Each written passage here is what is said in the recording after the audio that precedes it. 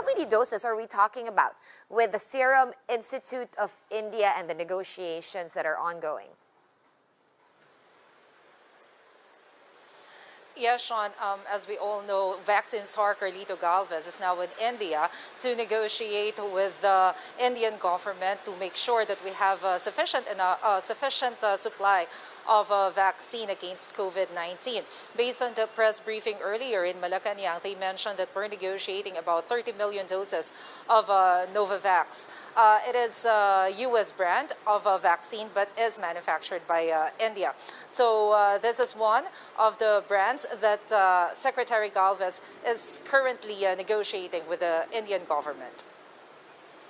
All right, and it has been a year since the WHO classified the COVID-19 spread as a pandemic. So, first year anniversary of the pandemic. Did spokesman Harry Roque have anything to say about the government's COVID response this time around? And did he mention maybe any areas for improvement? Secretary Roque mentioned earlier that based on his assessment, the COVID-19 response of the government is still good.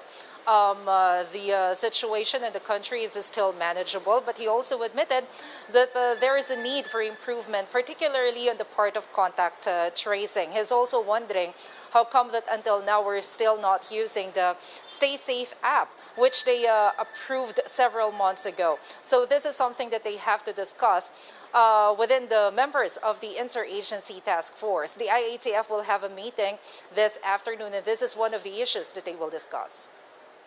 All right, and what was the palace's reaction to the proposal of Quezon City Mayor Joy Belmonte to do away with quarantine classifications in order to avoid confusion among people?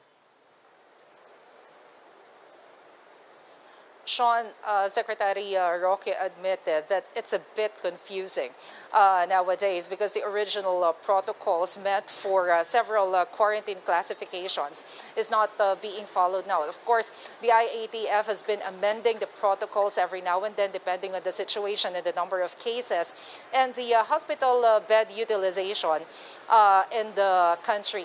And so Secretary Roque, of course, said that he understands where Mayor Belmonte is coming from.